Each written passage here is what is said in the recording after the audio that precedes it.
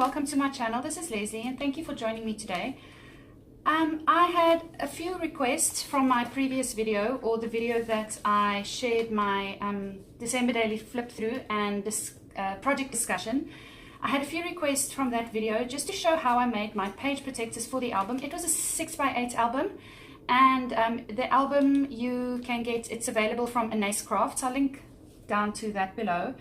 And I couldn't get any page protectors here in Dubai, so I just made my own. However, I sort of revamped really old page protectors. These ones I got from South Africa at a sort of a dollar shop, one price shop type thing, and they are not the best quality, and they are for the post-bound albums, so they don't fit in the D-ring albums.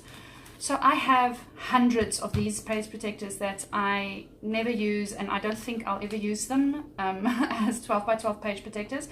So I thought I could use them to make myself some 8x8, 8x6, or even different sizes, 2x2 and so forth, 3x3, 4x4 page protectors, the little square shaker pockets and so forth. So I'm just going to go ahead and show you how I got going with this.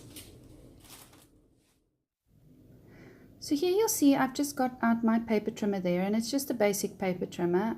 It's got a very sharp blade, so that works really well for me. So what I'm doing is I am cutting off the one little extra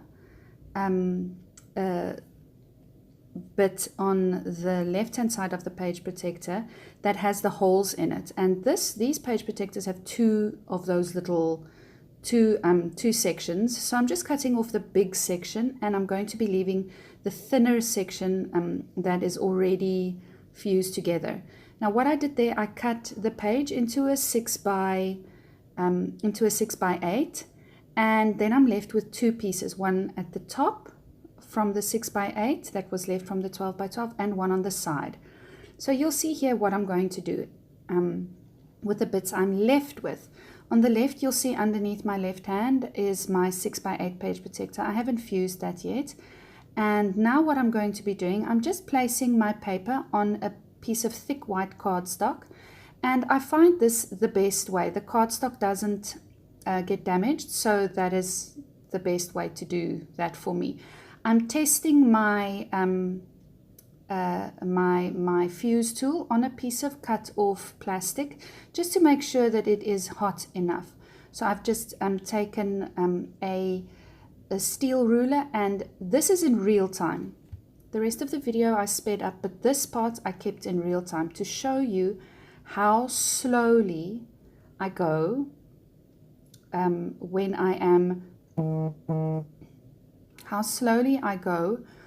I try and fuse the pages. And I know that this, well, I don't think this brand, but I know fuse tools overall don't have the best reputation.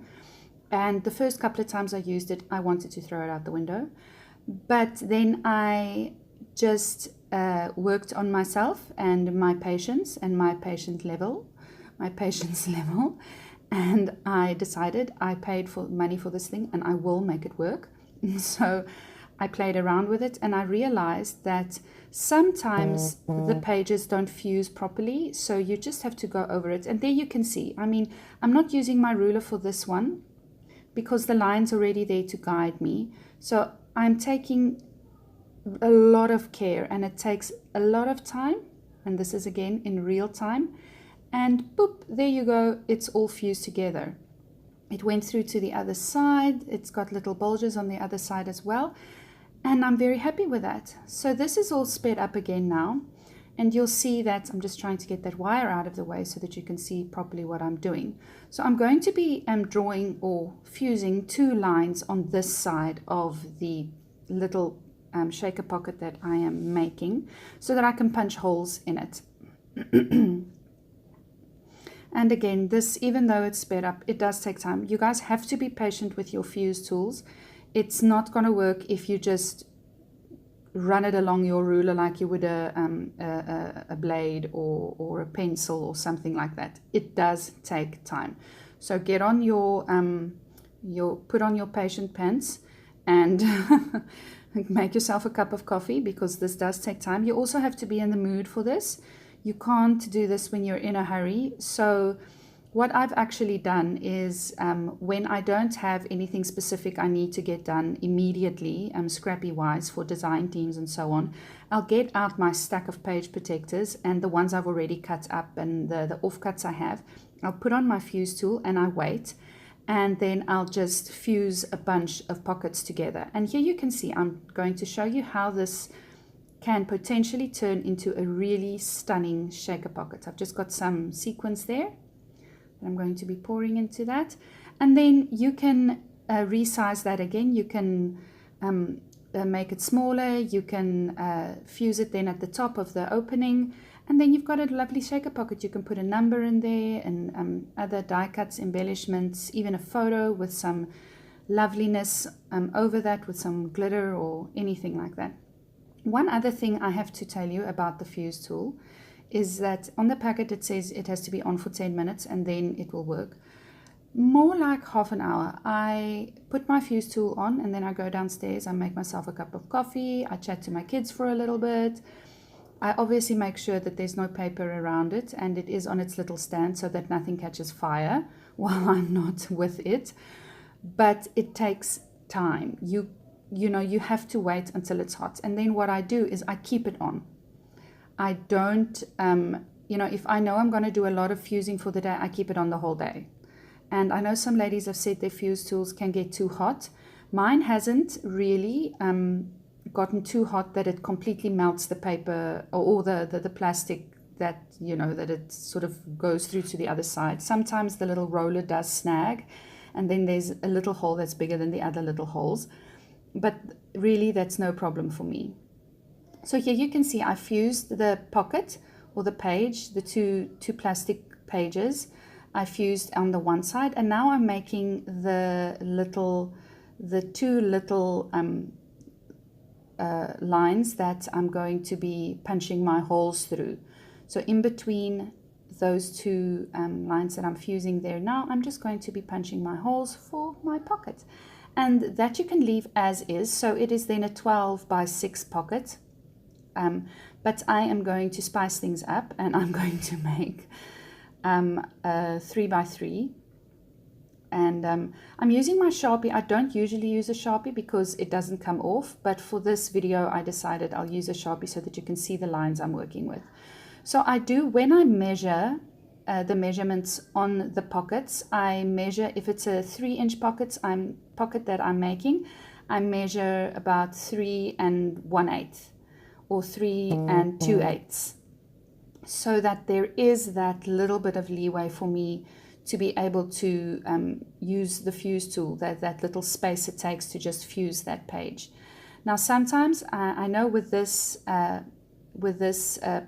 page I went a bit too big. I think I went 3 1/4, and that was way too big. And yeah, so what you'll see here is I had the little pocket the wrong way around. Now you need to hold your ruler down on the pocket you want to fuse shut.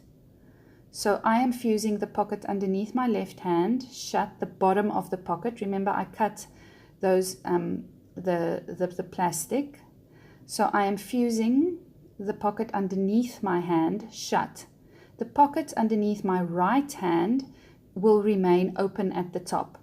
Once all of the pockets have been fused, once all of the bottoms of the pockets have been fused, I go ahead and I fuse the right side of each pocket. And I go along, you'll see here that I don't go in one big swipe up or down.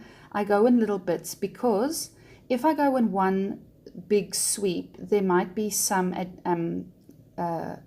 leftovers when you get to the top, and then your pockets will be skew. So if I do little by little and I go here and there a little bit, then it just diminishes the chance of the pockets being skew, or I've got leftover plastic. It's the same with sewing, really. That's why if you sew a seam, sometimes you get, it looks like it's pulled to the one side, and it's exactly the same. So here I am with my 8 by 6 pocket that I wanted to create, and I'm just going to be fusing. Remember, the bottom is already fused, or the bottom of the pocket as it came from the manufacturer. So for this pocket, I only have to fuse the right side.